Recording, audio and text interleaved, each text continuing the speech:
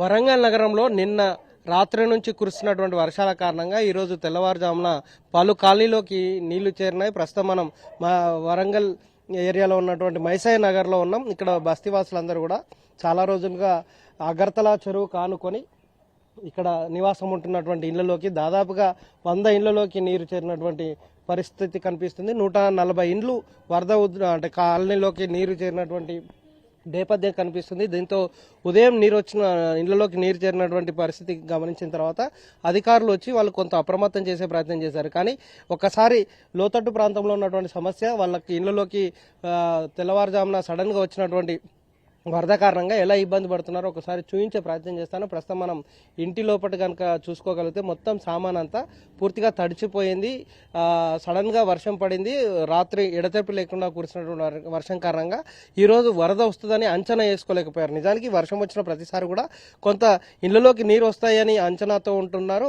వరదలు కనుక భారీ వర్షాలు నమోదైతే ముందు జాగ్రత్తగా వాళ్ళు సామాన్ అంతా సదురుకునే వాళ్ళు. కానీ సడన్ గా నిన్న మధ్యాహ్నం నుంచి చిరుజల్లులు, ఆ తర్వాత అది ఒక్కసారిగా కురిసినటువంటి వర్షం, అర్ధరాత్రి భారీ వర్షం పడడం వల్ల అగర్తల చెరువు కిలవరంగల్లో ఆ పైన గొలుసుకట్టు చెరువులు ఉన్నాయి. వరంగల్ నిర్మాణం కాకతీయ రాజు నిర్మాణం చేసినాయని కూడా గొలుసుకట్టు చెరువులు కాబట్టి పైన భారీ వర్షం నమోదైన నేపథ్యంలో అక్కడ ఉన్నటువంటి చెరువులు నిండా ఆ తర్వాత ఒక్కొక్కటిగా పారుతూ పొర్లుతూ పొంగినటువంటి చెరువులు కాస్త కాలనీలోకి నీరు వచ్చే పరిస్థితి కనిపించింది. దాని తర్వాత మనం చూస్తున్నాం అగర్తల నుంచి వచ్చినటువంటి చెరువు కారణంగా మనం ఇక్కడ ఈ మైసమ్మ నగర్, ఇది మైసాయ నగర్ కు సంబంధించినటువంటి ఏరియాలో సుమారుగా 140 ఇండ్లు ఎఫెక్ట్ అయినటువంటి నేపథ్యం కనిపిస్తుంది. అందరూ కూడా ఉదయం 5 గంటల నుంచి వాళ్ళు సామాను ఎక్కడి సామాను అక్కడ వదిలేసి బయటికి వెళ్లి జీవనం సాగిస్తున్నటువంటి నేపథ్యంలో ఇక్కడ స్థానికులతో మాట్లాడే ప్రయత్నం చేద్దాం.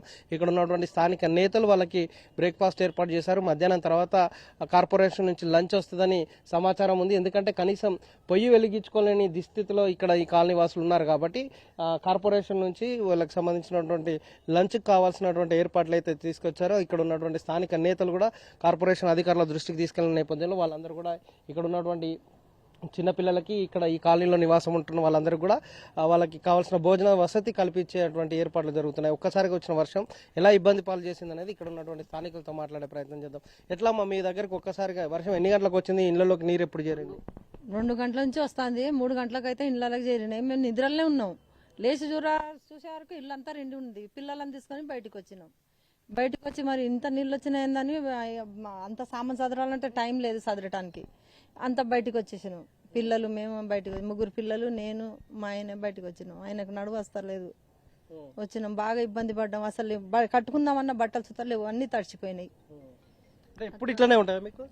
ఇప్పుడు ఇట్లనే ఉంటాయి కానీ ఇన్ని రాలే, ఒక్కటేసారి వచ్చినాయి. జర మనకు తెలిసినట్టు వస్తుండే కానీ ఇప్పుడు నిద్రలనే వచ్చినాయి నీళ్లు. ఇట్లా మాకు ఇక ప్రభుత్వం ఏం సాయం చేస్తుందో మాకు సాయం చేయాలి, కొంచెం చూసుకోవాలి. ఇక మీకు ఎట్లా ఎఫెక్ట్ అయింది? ఇంట్లోకి నీళ్ళు వచ్చినాయి. నేను రాత్రి నుంచి నిద్రపోకుండానే ఉన్నా. మాకు 2 గంటల నుంచి వర్షం కురుస్తూనే ఉన్నది. బోర్లు గిట్ల మొత్తం అన్ని కింద పడే ఉన్నాయి. నేను తాళ వేసుకుంటే ఆ తాళ చేవి కింద పడ్డది. అదే మా ఇల్లు. నా పరిస్థితి బాగాలేదు. మొత్తం అంతా ఆగమైతుంది. నాకు ఇంట్లో నీళ్ళు వచ్చి ఇబ్బంది అయింది. నాకు ఎవరు కొడుకులు బిడ్డలు ఉన్నాయో ఎవరు లేరు. నన్ను దగ్గర తీసుకోవాలి ఆ ప్రభుత్వమే ఏమన్నా. నాకు ఈ నీళ్ళు వచ్చి ఉన్నాయి తడిచి ఆగమైతాను కదా, అట్లా నేననే. ఇప్పుడు అన్నయ్య ఉప్మా పంపిస్తే తిన్నాం కదా, తిన్నాం. వాళ్ళే పంపిస్తారు. ఇది అంటే జరిగినటువంటి ఎఫెక్ట్ దాని మీద ఇంకా కన్ఫ్యూజన్ లోనే ఉంది. దాంతో ఒకసారి ఇక్కడ ఉన్నటువంటి లోకల్ స్థానికులతో మాట్లాడదాం. ఎట్లా ఉంది సమస్య, ఇక్కడ ఉన్న సిచ్యువేషన్? సడన్ గా వచ్చిన ఎఫెక్ట్ తోటి ఎంతమంది ఎఫెక్ట్ అయ్యారు అన్న? ఇప్పుడు ప్రతి సంవత్సరం కూడా వర్షాకాలం మామూలుగా నీళ్లు వస్తూ ఉంటాయి, అవి కూడా తెలిసి వస్తూ ఉంటాయి. ఈ డివిజన్ కార్పొరేటర్గా నేను సెకండ్ టైం కూడా నేను చేస్తా ఉన్నా. ముఖ్యంగా ఏంటంటే ఈ అగర్తాల నుంచి వచ్చే నీళ్ళంతా కూడా దీనికి శాశ్వత పరిష్కారం కోసం 42 కోట్లతోని గతంలో కూడా అండర్ బ్రిడ్జ్ నుంచి మొదలుపెడితే ఇక్కడ వరకు అదంతా కూడా దాదాపు 80% కూడా పూర్తయింది. కిలవరంగల్ అగర్తాల చెరువుకు సంబంధించింది కూడా అక్కడ మొత్తం దట్టుకు సంబంధించింది ఒక రిటర్నింగ్ వాల్ ఉన్న తర్వాత ఒక కల్వర్ట్ కట్టడం జరిగింది. రాత్రి పడ్డ వర్షం మాత్రం ఓ మాట చెప్పండి మోసపూరితంగా వచ్చినట్టు వర్షం లెక్కనే అనిపించింది. ఎందుకంటే ఎప్పుడైనా కూడా అలా మైసయ్య నగర్ సంబంధించింది కానీ శివనగర్ సంబంధించి అలర్ట్గా ఉంటారు. వర్షం ఆ పరిస్థితిని కొద్ది మాకు తెలిసిపోయి మన వాళ్ళంతా కూడా అలర్ట్.